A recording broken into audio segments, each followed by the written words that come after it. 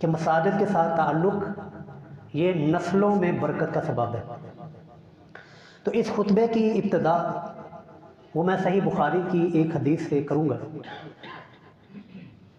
صحیح بخاری کی حدیث ہے، رسول اللہ صلی اللہ علیہ وسلم نے حضرت عبداللہ ابن مسعود رضی اللہ تعالیٰ عنہ سے یہ حکم کیا کہ اے عبداللہ، میرا دل کرتا ہے کہ آج مجھے قرآن سناؤ۔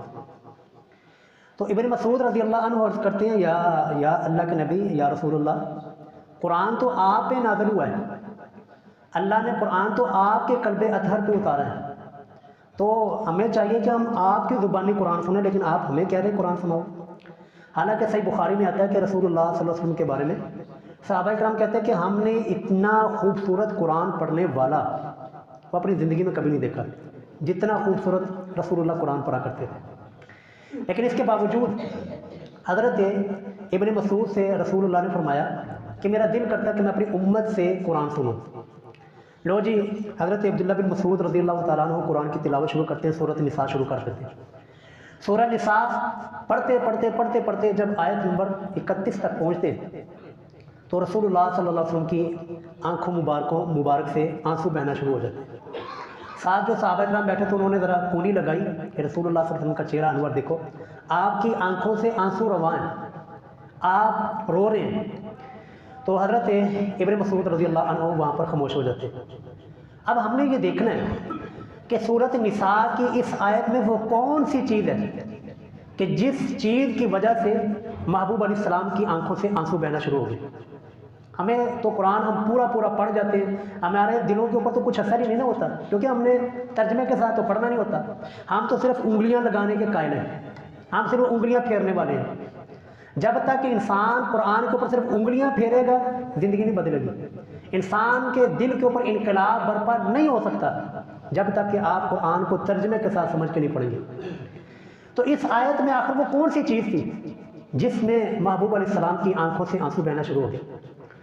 تو وہ آیت یہ ہے جی، رسول اللہ تعالیٰ فرماتے ہیں فَكَيْفَ إِذَا جِئْنَا مِنْ كُلِّ أُمَّةٍ بِشَهِيدٍ وَجِئْنَا بِكَ عَلَىٰ هَٰؤُلَاءِ شَهِيدًا۔ کیا محبوب، وہ قیامت کا وہ دن، وہ کیسا وقت ہوگا کہ جب ہم ہر امت سے کوئی گواہ لے کر آئیں گے کہ وہ اپنی امت کے اوپر گواہی دے گا۔ موسیٰ علیہ السلام اپنی امت کے حق میں یا خلاف گواہی دیں گے، عیسیٰ علیہ السلام اپنی امت کے حق میں یا خلاف گواہی دیں گے۔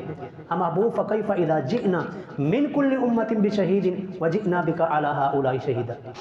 اور اس امت محمدیہ کے حق میں یا اس امت محمدیہ کے خلاف محبوب آپ کو ہم گواہ بنا کر لے کر آئیں گے۔ تو رسول اللہ صلی اللہ علیہ وسلم نے ہماری شفاعت کرنی ہے، بالکل برحق عقیدہ جی۔ قرآن و سنت میں بے شمار دلائل ہیں کہ رسول اللہ کی شفاعت کرنا، آپ کی امت کے حق میں سفارش کرنا بالکل برحق ہے۔ لیکن دوسرا رخ، تصویر کا جو دوسرا رخ وہ یہ بھی ہے کہ محبوب علیہ السلام نے اپنی امت کی شکایت بھی لگانی ہے۔ تو سارے جس کی شفاعت ہو گئی 100% ہے جی، وہ بندہ کامیاب ہو گیا، لیکن جس کے خلاف اللہ کے نبی کی سر شکایت آ گئی وہ اس کا بیڑا گیا۔ کیونکہ محبوب علیہ السلام، محبوب کائنات، جب اللہ کی بارگاہ میں میری یا آپ کی یا اپنی کسی امت کی شکایت دائر کر دیں گے، کوئی بچنے کا کوئی چانس ہے نہیں۔ اب قرآن نے ہمیں وہ شکایت بھی بتائی ہے، قرآن نے ہمیں وہ چیز بھی بتائی ہے کہ جو اللہ کے نبی اللہ کی بارگاہ میں عرض کریں گے کہ وقال الرسول یا ربی ان قوم اتخذوا هذا القرآن مہجورا۔ یہ وجہ شکایت کہ جو کہ محبوب علیہ السلام نے اپنی امت کی اللہ کی بارگاہ میں یہ شکایت لگانی ہے کہ یا ربی ان قومی، یہ میری قوم ہے، اتخذوا هذا القرآن مہجورا، کہ جنہوں نے قرآن کو اللہ کی کتاب تو مانا، جنہوں نے قرآن کو برحق کتاب اللہ کی طرف سے منزل من اللہ تو مانا، لیکن پھر مہجورہ اس کو چھوڑ بیٹھے تھے۔ آج ہم جی 5-6 روزے جو ہیں، 5 روزے وہ گزار چکے ہیں۔ ہم میں سے ہر شخص اپنے ضمیر سے خود پوچھے، کوئی کسی کے اوپر فتویٰ بازی نہ کرے، اپنے ضمیر سے اب خود پوچھیں ان 5 دنوں میں آپ نے اور میں نے قرآن کے ساتھ کتنا کو تعلق بنایا۔ آج ابھی اسی وقت ہماری موت ہو جائے، آپ خود سوچیں کہ کیا یہ قرآن آپ کے حق میں سفارش بنے گا یا کہ آپ کے خلاف سفارشی بن جائے گا؟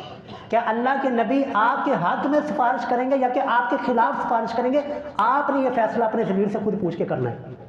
القرآن حجت لک او علیک، کہ قرآن یا تو آپ کے لیے حجت ہے، آپ کو بخشوا لے گا، یا پھر او علیک، یا پھر یہ قرآن آپ کے خلاف حجت بن کر آپ کے خلاف مقدمہ دائر کروا کر آپ کو رب کی بارگاہ سے جہنم کے اندر پہنچا دے گا۔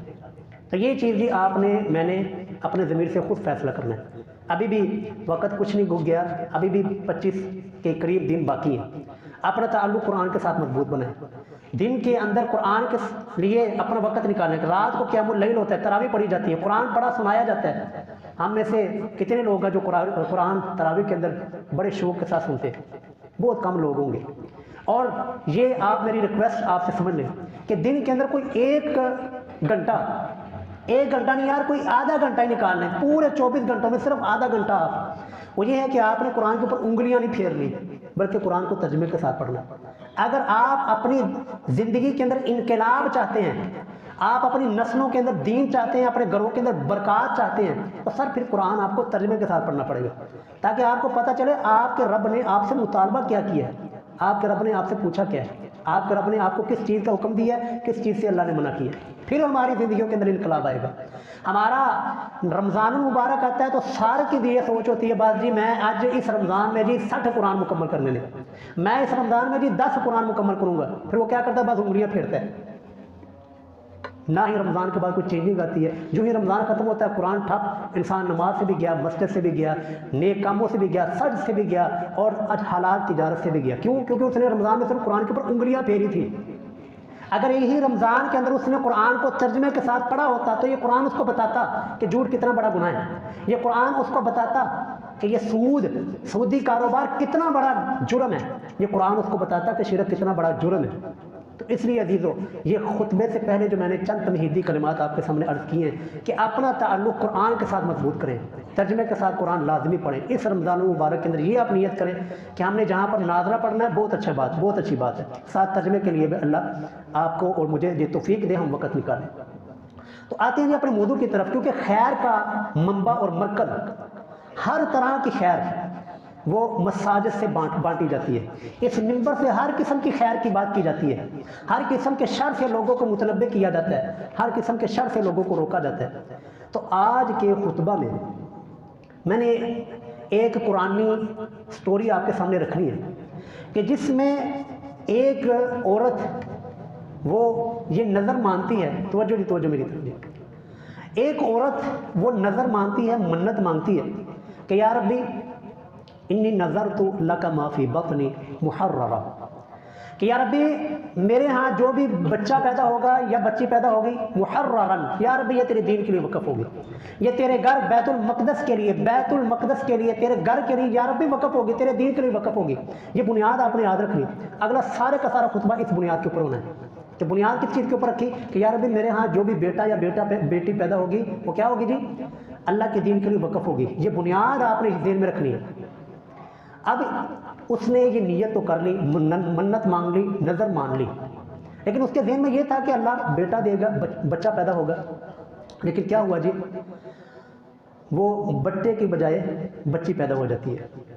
وہ کہتی ہے یا ربی انی وضعتها انثى، یا ربی میں نے تو سوچا تھا بیٹے کا کہ بیٹا پیدا ہوگا، میں اس کو اللہ کے دین کے لیے، رب کے گھر کے لیے، بیت المقدس کے لیے وقف کروں گی، یہ بیت المقدس کی خدمت کرے گا، رب کے دین کے لیے، رب کے مسجد کے لیے، رب کے گھر کی خدمت کرے گا، لیکن یا ربی انی وضعتها انثى، یہ تو میرے ہاں بچی پیدا ہو گئی۔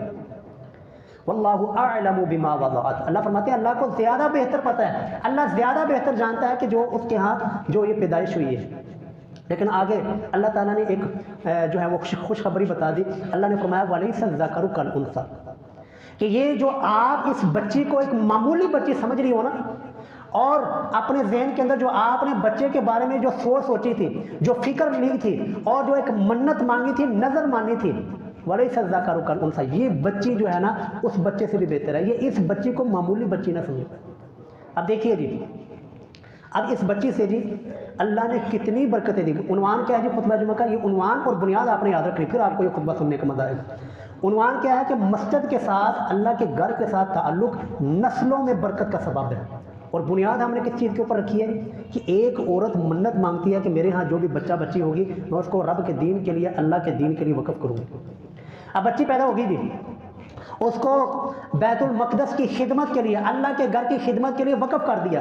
اب یہاں سے انعام شروع ہو جاتے ہیں، دیکھیے اللہ تعالیٰ اس بچے کے اندر کیسی برکتیں دیتا ہے، کیسی اللہ اس بچے کو اعزاز و اکرام کے ساتھ نوازتا ہے۔ سر معاملہ آتا ہے جی، اللہ رب العالمین سے جواب آتا ہے فَتَقَبَّلَهَا رَبُّهَا بِقَبُولٍ حَسَنٍ، اللہ نے یہ آپ کی جو منت تھی، جو آپ کی نظر تھی، اللہ نے اس کو بڑے ہی احسن طریقے کے ساتھ، بڑے ہی اچھے طریقے کے ساتھ قبول فرما لیا۔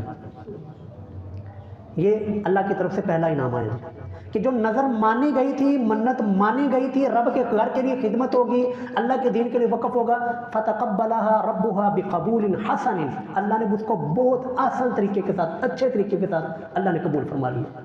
اب دیکھیے جی انعامات کی بارش شروع ہوتی ہے۔ پہلا انعام جی وَقَفَّلَهَا زَكَرِيَّا، حضرت زکریا علیہ السلام کی کفالت میں وہ بچیاں تھی۔ آپ نے یہ تو غور کیا کہ وہ بچی حضرت سیدہ مریم سلام اللہ علیہا وہ حضرت زکریا کی کفالت میں آتی ہے، لیکن آپ نے کبھی یہ سوچا ہے یا آپ کا ذہن کبھی اس طرف گیا کہ وہ کفالت میں آئی کیسے تھی؟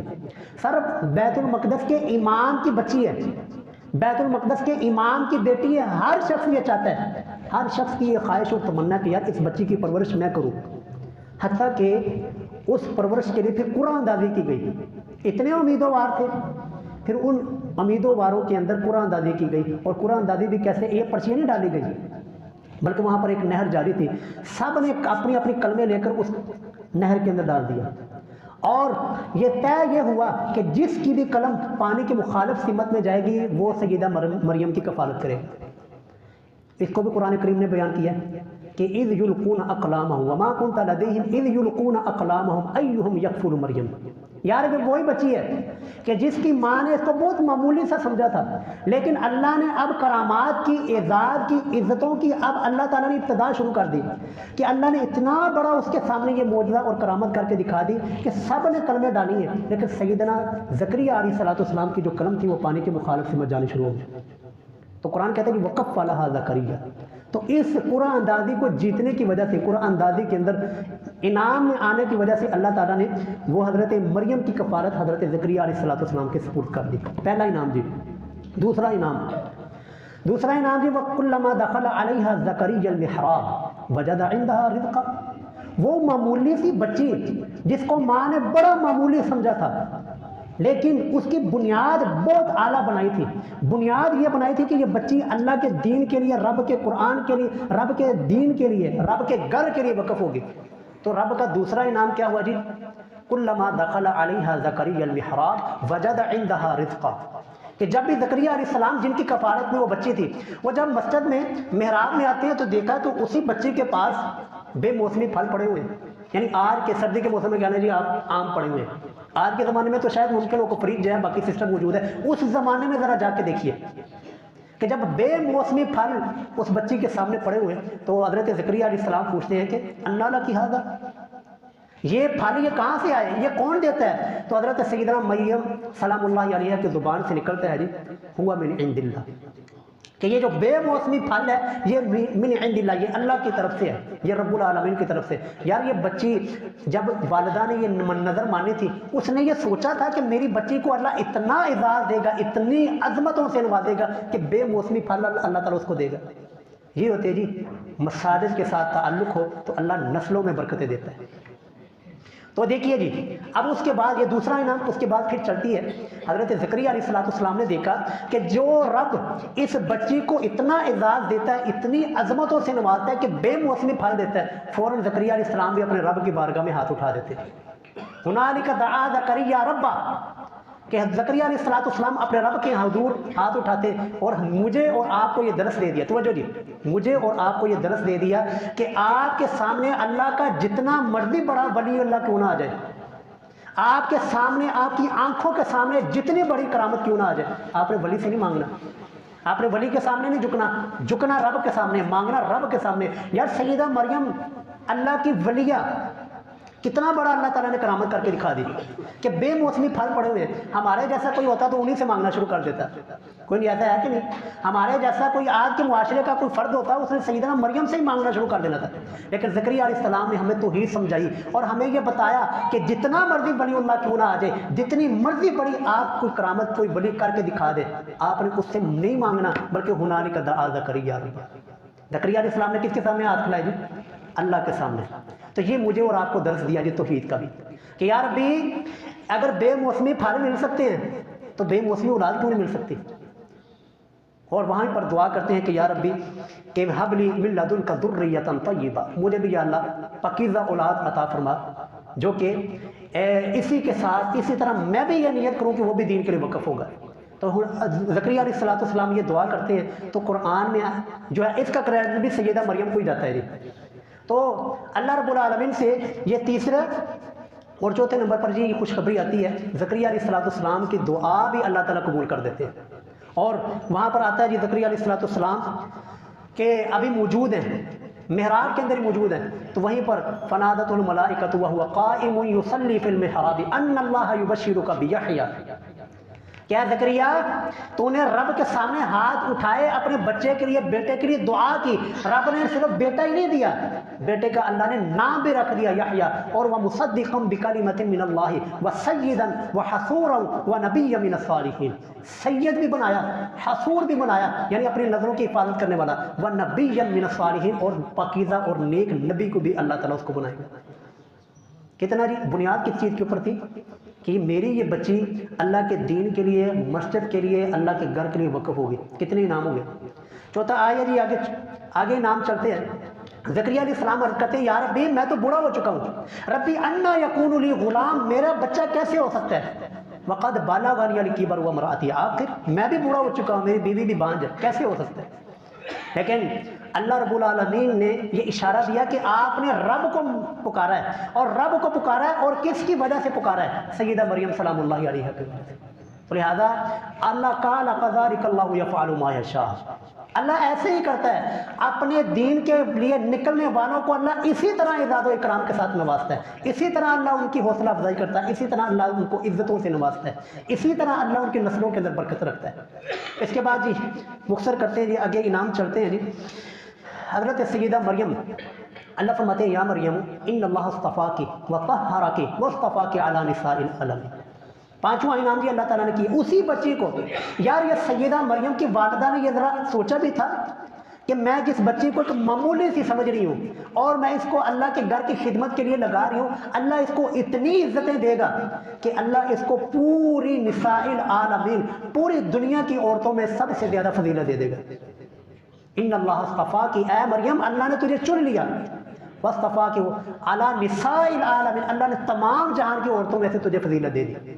صحیح بخاری کی حدیث ہے جی 3432، رسول اللہ صلی اللہ علیہ وسلم نے فرمایا اپنے زمانے میں سیدہ مریم سب سے اعلیٰ اور سب سے افضل خاتون تھی، اور رسول اللہ کے زمانے میں سب سے اعلیٰ اور سب سے افضل خاتون سیدہ خدیجہ سلام اللہ علیہا. اسی طرح جی سلسلہ الصحیحہ کے اندر شیخ البانی ایک حدیث لے کر آئے 3507 اس حدیث کا نمبر ہے. رسول اللہ صلی اللہ علیہ وسلم ارشاد فرماتے ہیں کہ سیدہ مریم کے بعد جنت کی عورتوں کی جو سردار ہے نا، سیدہ فاطمہ، سیدہ خدیجہ اور سیدہ آسیہ جو کہ فرعون کی بیوی تھی. ہم نے تو صرف سیدہ فاطمہ کا سنا تھا نا، یہ بھی سیدہ فاطمہ بھی جنت کی عورتوں کی سردار ہے. ساتھ میں حضرت سیدہ خدیجہ بھی جنت کی عورتوں کی سردار ہے، اور سیدہ مریم بھی جنت کی عورتوں کی سردار ہے، اور سیدہ آسیہ بھی جنتی عورتوں کی سردار ہے. یار ان کی والدہ نے یہ ذرا سوچا تھا کہ جس بچی کو میں بڑا معمولی سا سمجھ رہی ہوں کہ یار بھی میں نے جو ہے انی وضعتها انثى، یہ تو بچی پیدا ہو گئی، کیا انہوں نے سوچا تھا کہ میری اس بچی کو اللہ اتنی عزتیں دے گا کہ جنت کی عورتوں کی سرداری اللہ تعالیٰ عطا کرے گا. بنیاد کیا تھی جی کہ یہ اللہ کے دین کے لیے، رب کے گھر کے لیے یہ وقف ہوگی. تو دیکھیں کتنی عزتیں ہو رہی ہیں. اس کے بعد جی چھٹا انعام جی اذ قالت الملائکۃ یا مریم ان اللہ یبشرک بکلمہ اسمہ مسیح عیسی ابن مریم. یار صرف نسلوں ہی نہیں بلکہ اللہ نسلوں کی نسلوں میں بھی اللہ تعالیٰ برکتیں دیتا ہے کہ جب انسان کی نیت، نظر اور منت وہ رب کے دین کے لیے ہو، رب کے قرآن کے لیے ہو، اور رب کے مسجد کے لیے ہو، رب کے گھر کے لیے ہو. صرف نسلوں میں نہیں برکتیں ہوتی، نسلوں کی نسلوں میں برکتیں آتی ہیں. اللہ اسی سیدہ مریم کو خوشخبری دیتے ہیں کہ اے مریم ان اللہ یبشرک بکلمہ، اللہ تعالیٰ ایک کلمے کے ساتھ، ایک بچے کے ساتھ اللہ تعالیٰ تجھے نوازے گا. اور صرف بچہ ہی نہیں بلکہ اللہ نے ان کا نام بھی تجویز کر دیا، ان کا نام عیسیٰ ہوگا. اور اس کے بڑھ کے اللہ تعالیٰ نے فرمایا اے مریم وَيُكَلِّمُ النَّاسَ فِي الْمَهْدِ وَكَهْلًا، وہ بچپن کے اندر وہ بچہ ایسا ہوگا، اللہ اس کے اندر برکتیں اس سے ایسی دے گا، ایسی اللہ تعالیٰ اس کے اندر کرامات کرے گا کہ وہ بچہ جو ہو بچپن کے اندر بھی کلام کرے گا، وَكَهْلًا، اور بڑھاپے کی عمر میں بھی جا کے کلام کرے گا، وَمِنَ الصَّالِحِينَ، اور بچہ بھی نیک لوگوں میں سے ہوگا۔ سر کتنی عظمتیں!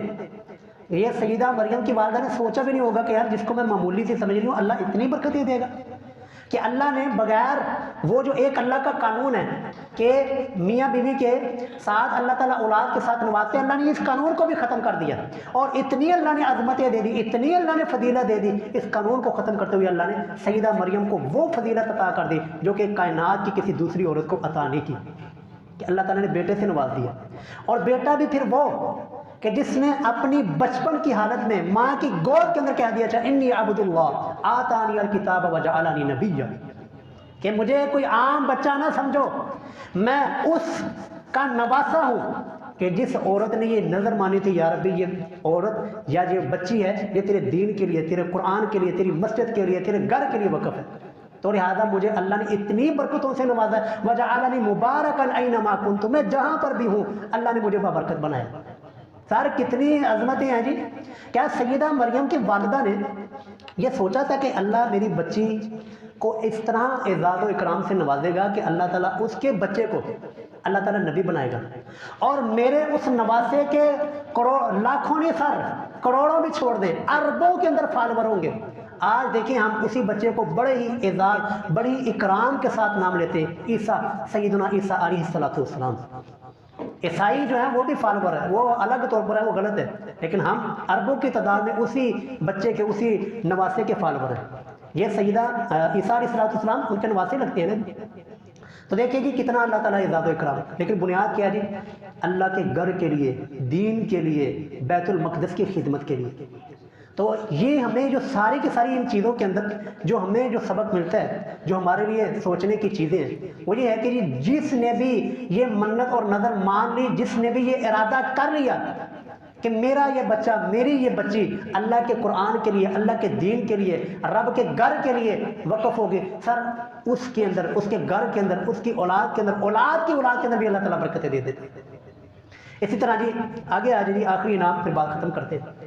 یار وہ بچہ بڑا ہوتا ہے، اللہ تعالیٰ نبوت سے سرفراز کر دیتے ہیں، نبی بنا دیتے ہیں، نبی بنانے کے بعد اللہ تعالیٰ ایسی کرامات اور ایسے معجزات اس بچے کو اللہ تعالیٰ دے دیتے ہیں کہ حضرت سیدنا عیسیٰ علیہ السلام فرماتے ہیں انی اخلق لکم من الطین کہیئۃ الطیر فانفخ فیہ فیکون طیرا باذن اللہ، کہ میں ایک مٹی کی مورت بناتا ہوں اور مٹی کی مورت بنا کر اس کے اندر پھونک مارتا ہوں تو وہ فیکون طیرا باذن اللہ، وہ اللہ کے حکم سے وہ پرندہ بن جاتا ہے۔ اور صرف یہی نہیں، وَأُبْرِئُ الْأَكْمَحَ وَالْأَبْرَصَ، مادر ذات بھی، سر اتنی ہم سائنس ترقی کر چکی ہے، اتنے ہم آگے جا چکے ہیں، اے آئی کا زمانہ ہے جی، اس کے باوجود بھی جو مادر ذات نبینہ، یعنی کہ جو بچہ پیدا ہی نبینہ ہو، اس کا علاج آج کی جدید سائنس بھی ڈھونڈ نہیں سکی کہ اس کا علاج کیا ہے، اس کی آنکھیں کیسے واپس آئیں گی۔ لیکن یہ سیدہ مریم کے اس بچے کے اندر اللہ نے ایسا معجزہ رکھ دیا کہ یہ بچہ اسی مادر ذات نبینے کی آنکھوں پہ ہاتھ پھیرتا ہے تو اللہ تعالیٰ اس کو آنکھیں عطا کر دیتا ہے۔ کیا یہ سیدہ مریم کی والدہ نے یہ سوچا تھا کہ اللہ میرے نواسے کو اتنی عزتوں سے نواز دے گا کہ وہ مادر ذات نبینے کی، جس کا علاج دنیا کے اندر کوئی نہیں ہے، اس کی آنکھوں پہ ہاتھ پھیرے گا تو اللہ تعالیٰ اس کو صحت شفا دے دے گا، اللہ اس کو آنکھیں دے دے گا۔ اور اس کے ساتھ ساتھ جی جو سب سے بڑا معجزہ وَأُحْيِي الْمَوْتَى بِإِذْنِ اللَّهِ، کہ میں اللہ کے حکم سے مردوں کو زندہ کرتا ہوں۔ یار سیدہ میں بار بار اسی جملے کی طرف لے کر جاتا ہوں کیونکہ میں آپ کو بنیاد بتانا چاہتا ہوں، بنیاد آپ کے ذہن میں بٹھانا چاہتا ہوں کہ کیا سیدہ مریم کی والدہ نے جب یہ نظر مانی تھی کیا ان کے ذہن میں آیا بھی ہوگا، انہوں نے سوچا بھی ہوگا کہ اللہ میری اولاد کی اولاد کے اندر اتنی برکتیں دے گا، ایسے اللہ معجزات سے نوازے گا کہ میرا نواسا مردوں کو سر زندہ کر دیا کرے گا۔ بنیاد کیا ہے جی؟ یہ میرا جو بچی یا بچہ یہ میرے دین کے لیے، رب کے قرآن کے لیے، رب کے دین کے لیے، رب کی مسجد کے لیے، رب کے گھر کے لیے وقف ہوگا، رب کے گھر کی خدمت کرے گا۔ یار سیدہ مریم کی والدہ نے یہ سوچا تھا کہ میرے اس نواسے کو اللہ تعالیٰ زندہ ہی آسمانوں کے اوپر اٹھا لے گا، اتنا بڑا معجزہ جو کائنات کے اندر کسی کو نہیں ملا جی، کائنات کے اندر کسی کو بھی یہ شرف نہیں عطا ہوا کہ اللہ تعالیٰ نے اس کو زندہ آسمانوں کے اوپر اٹھایا۔ لیکن اللہ نے سیدنا عیسیٰ علیہ السلام کو زندہ ہی آسمانوں کے اوپر اٹھایا. اور کیا سیدہ مریم کی والدہ نے جب یہ نظر مانی تھی، ان کے ذہن میں یہ خیال آیا تھا کہ میرا یہ نواسا، میری بچی کے اولاد کے اندر اللہ اتنی برکتیں دے گا کہ میرا یہ نواسا، میری بچی کا بچہ یہ امت محمدیہ کی لیڈ کرے گا؟ یعنی کتنے یار عظمتوں کی بات ہے. امت محمدیہ، اور اس کی لیڈ کون کر رہا ہے جی؟ وہی بچہ جس کے بارے میں سیدہ مریم کی والدہ یہ نظر مار رہی ہے کہ یار بھی میری جو بھی بچہ ہوگا یہ تیرے گھر کے لیے وقف ہوگا. سیدنا عیسیٰ علیہ السلام قیامت کے نزدیک اتریں گے، آئیں گے اور پھر امت محمدیہ کی لیڈ کریں گے، امت محمدیہ کے لیے لیڈر بن کے آئیں گے. یا سیدہ مریم کی والدہ نے یہ سوچا تھا کہ اللہ تعالیٰ میرے اس اولاد کے ذریعے جو اس انسانیت کا، تاریخ انسانی کا بدترین انسان، تاریخ انسانی کا بدبخت ترین شخص دجال کو قتل کرنے میں اللہ تعالیٰ میری اولاد سے اللہ تعالیٰ یہ کام لے گا. دجال کو کس نے قتل کرنا ہے جی؟ عیسیٰ علیہ السلام نے. لیکن بنیاد دیکھے کہاں سے جا رہی ہے کہ یا ربی انی وضعتھا انثیٰ، میرے ہاں جو بھی بچی ہوگی یا اللہ یہ تیرے دین کے لیے وقف ہوگی. اتنی یار اللہ نے عزتیں دے دی، اتنا اللہ نے شرف دے دیا، اتنا اللہ نے مقام دے دیا. یا سیدہ مریم کی والدہ نے یہ سوچا تھا کہ میری اولاد کو، جس کو میں بڑا معمولی سا سمجھ رہی ہوں اور اللہ کے دین کے لیے وقف کر رہی ہوں اور اللہ کے گھر کی خدمت کے لیے میں اس کو وقف کر رہی ہوں، اللہ اس کو اتنی عزتیں دے گا، اتنا مقام دے گا، اتنا شرف دے گا کہ میرا یہ نواسا اللہ کے محبوب کائنات اور امام الانبیاء کے ساتھ دفن ہو گئے. کیوں نہیں سوچا تھا؟ صحیح احادیث میں آتا ہے کہ حضرت سیدنا عیسیٰ علیہ السلام اتریں گے، آئیں گے، امت محمدیہ کی قیادت کریں گے، لیڈ کریں گے، دجال کو قتل کریں گے، پھر مدینہ منورہ کے اندر آئیں گے، ان کی وفات ہوگی تو مسلمان ان کو روضہ رسول کے اندر رسول اللہ کے ساتھ امام محبوب کائنات کے ساتھ ان کو دفن کریں گے. کتنا بڑا معجزہ ہے. تو بنیاد کیا تھی جی؟ میں اسی بنیاد کی طرف آپ کو واپس لے جانا چاہتا ہوں. یا ربی میرا یہ بچہ اور میری یہ بچی تیرے گھر کے لیے، تیرے دین کے لیے وقف ہوگی، اس کی خدمت کرے گی. سر اس خدمت ہی کا صلہ ہے، اسی خدمت ہی کا صلہ ہے کہ اللہ تعالیٰ دیکھے کتنے انعامات کیے.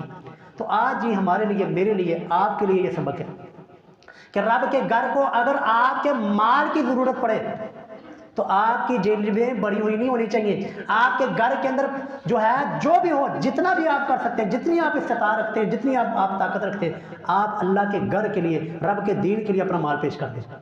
سر اللہ کے گھر کو اگر آپ کی جسم کی، آپ کی افرادی قوت کی ضرورت پڑے، آپ کا جسم، آپ کا جو ہے، آپ کا مال، آپ کی اولاد، وہ سب کے سب اس مسجد کے اندر حاضر ہونے چاہیے. یہ سارے کے سارے خطبے کا خلاصہ ہے. میں تو اس سے بڑھ کے بات کرتا ہوں کہ اگر رب کے گھر کو، اللہ کے دین کو آپ کی میری جان کی ضرورت پڑ جائے، ہمارے ذہنوں کے اندر ایک ذرہ برابر بھی ہچکچاہٹ نہیں آنی چاہیے کہ یا ربی تیرے گھر کو ہمارے مال کی ضرورت ہے، ہمارا مال یا ربی تیرے گھر کے لیے وقف ہے.